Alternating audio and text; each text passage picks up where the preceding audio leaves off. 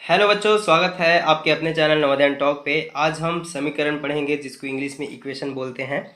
तो सबसे पहले तो हम ये समझते हैं कि इक्वेशन में कौन कौन सी चीज़ें होती है और इक्वेशन को कैसे लिखा जाता है।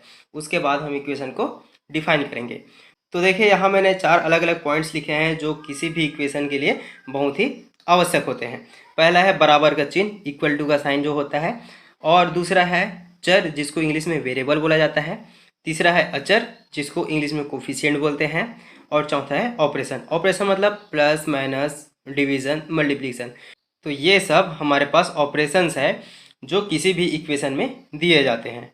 तो चलिए इसको हम एक इक्वेशन की मदद से समझते हैं कि कैसे इन चारों चीज़ों का होना बहुत ही आवश्यक है।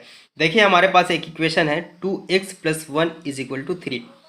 देखिए, यहाँ पे एक इक्वल टू का साइन है। इसका मतलब ये है कि राइट हैंड साइड में जो वैल्यूज़ है और लेफ्ट हैंड साइड में जो वैल्यूज़ है वो ऑलवेज इक्वल होती है। अब दूसरी चीज़ जो किसी भी इक्वेशन के लिए आवश्यक है वो है चर, जिसको हम वेरिएबल बोलते हैं। तो अब ये वेरिएबल क्या है? वेरिएबल एक अननोन वैल्यू है जिसका हमें मान ज्ञात करना है या फिर जिसकी वैल्यू फाइंड आउट करनी है। ये कोई फिक्स वैल्यू नहीं होती है। जैसे 2x + 1 में x एक वेरिएबल है जिसकी वैल्यू अभी फिक्स नहीं है, जिसकी वैल्यू अभी हमें पता नहीं है और इसी का मान हमें ज्ञात करना है। तो ये वेरिएबल कहलाता है। और तीसरी चीज़ जो किसी इक्वेशन के लिए बहुत ही इंपॉर्टेंट होती है वो है अचर, जिसको हम कोफिशिएंट बोलते हैं। अब कोफिशिएंट क्या है? तो कोफिशिएंट एक फिक्स संख्या होती है जो इक्वेशन में होती है। जैसे देखिए, यहाँ पे 3 है। 3 एक फिक्स संख्या है जिसको हम चेंज नहीं कर सकते। 1 एक फिक्स नंबर है जिसको हम चेंज नहीं कर सकते। 2x में x तो एक वेरिएबल है, लेकिन 2 एक कोफिशिएंट नंबर है जिसको हम चेंज नहीं कर सकते। तो कोफिशिएंट एक ऐसी संख्या होती है जो फिक्स होती है और उसको हम चेंज नहीं कर सकते, तो वो कोफिशिएंट कहलाती है। और चौथी चीज़ जो एक समीकरण में होना चाहिए वो है ऑपरेशन। देखिए, यहाँ 2x + 1 में प्लस का चिन्ह है, मतलब यहाँ हमें प्लस का ऑपरेशन लगाना है। 2x और 1 को जोड़ देना है, तो ये हमारा ऑपरेशन हो गया। तो देखिए, यहाँ हमारे पास जो समीकरण है उसमें मुख्यतः 4 चीज़ें हैं। पहला बराबर का चिन्ह है, दूसरा वेरिएबल है जिसको हम चर भी बोलते हैं, और तीसरा कोफिशिएंट है जो फिक्स वैल्यू होती है जिसको हम अचर बोलते हैं, और चौथा ऑपरेशन है जिसके अकॉर्डिंग हमें इक्वेशन को सॉल्व करना होता है। तो इन चारों चीज़ों से मिलकर एक समीकरण बनता है। अब हम समीकरण को परिभाषित करते हैं, इक्वेशन को डिफाइन करते हैं कि इक्वेशन होती क्या है। तो यहाँ ध्यान दीजिएगा, इक्वेशन एक मैथमेटिकल एक्सप्रेशन है जो कि बराबर होता है किसी एक संख्या के। वो संख्या कुछ भी हो सकता है, 1 हो सकता है, 2 भी हो सकता है, 3 हो सकता है, या फिर 0 हो सकता है। और इंग्लिश में बोले तो हम बोल सकते हैं it is a mathematical expression which is equal to something. और वो समथिंग क्या है? कोई भी नेचुरल नंबर हो सकता है, होल नंबर हो सकता है, या इक्वल टू 0 हो सकता है। अब इक्वल टू 0 कैसे होगा वो समझते हैं। देखिए, ये इक्वेशन 0 के बराबर कब होगा? अब 0 के बराबर करने के लिए देखिए, मैं जो राइट हैंड साइड में जो वैल्यू है उसको मैं ट्रांसपोज कर देता हूँ लेफ्ट हैंड साइड में। जो दाईं ओर जो संख्या है उसको मैं बाईं ओर पक्षांतर कर देता हूँ। तो देखिए, ये हो जाएगा हमारा 2x + 1 - 3।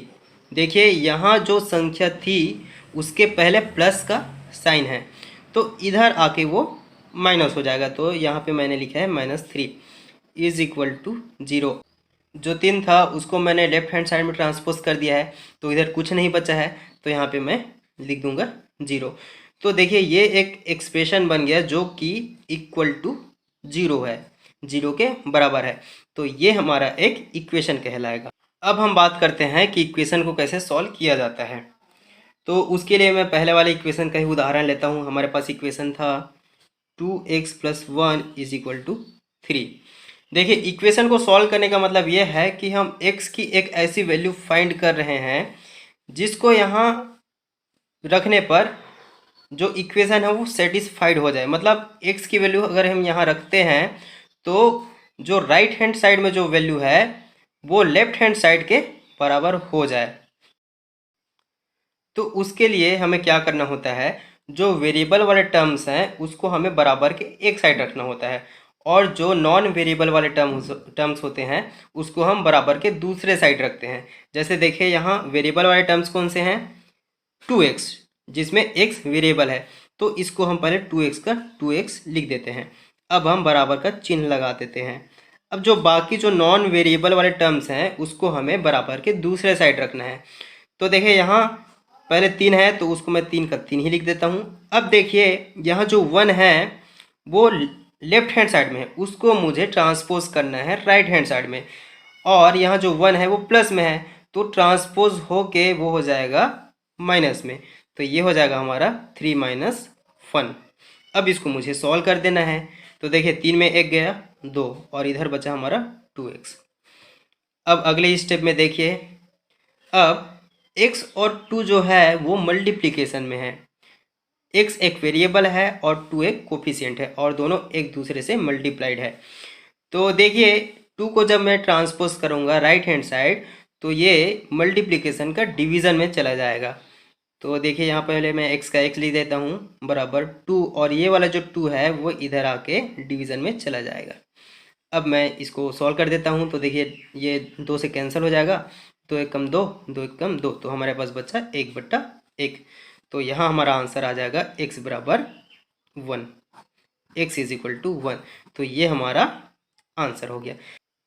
तो देखिए यहाँ पे x इज इक्वल टू 1 का मतलब क्या है, x इज इक्वल टू 1 मतलब ये है कि x की वैल्यू 1 है, जिसको हम यहाँ पुट करते हैं तो इक्वेशन सेटिस्फाइड हो रही है, और जो राइट हैंड साइड में जो वैल्यू है और लेफ्ट हैंड साइड में जो वैल्यू है दोनों इक्वल हो जा रही है। देखिए यहाँ पे 2 का मैं 2 लिख देता हूँ, x की जगह लिख देता हूँ 1। तो यहाँ पे देखिए 2 और x के बीच इंटू था तो उसको पहले इंटू लिख दिया। उसके बाद फिर यहाँ x की जगह लिख देता हूँ 1, और यहाँ धन का धन लिख देता हूँ, और यहाँ पे 1 का 1 लिख देता हूँ बराबर 3। तो देखिए यहाँ 2 गुना 1 हो जाएगा आपका 2, और धन का धन लिख देना है, और 1 का 1 बराबर 3। तो यहाँ 3 बराबर 3। तो देखिए मेरे पास left hand side is equal to right hand side आ गया। तो इक्वेशन मेरी सेटिस्फाइड हो गया। तो इसको बोलते हैं इक्वेशन को सॉल्व करना। मतलब हम जो वेरिएबल है या फिर जो अननोन वैल्यू है उसको हम फाइंड आउट कर रहे हैं जो कि उस इक्वेशन को सेटिस्फाइड कर रही हो, तो इसको बोलते हैं इक्वेशन को सॉल्व करना। तो बच्चों ऐसे ही बहुत सारे अलग अलग प्रकार के इक्वेशंस हैं जिसको अलग अलग मेथड से सॉल्व किया जाता है, और भी बहुत सारी इंपॉर्टेंट बातें होती है जो आपको इक्वेशन सॉल्व करने के लिए ध्यान रखनी होती है। तो वो सारी बातें हम आने वाले वीडियोस में पढ़ेंगे। ये आपका पहला वीडियो था जिसमें मैंने एकदम शुरुआत से बताया कि इक्वेशन क्या है, इक्वेशन को कैसे सॉल्व किया जाता है।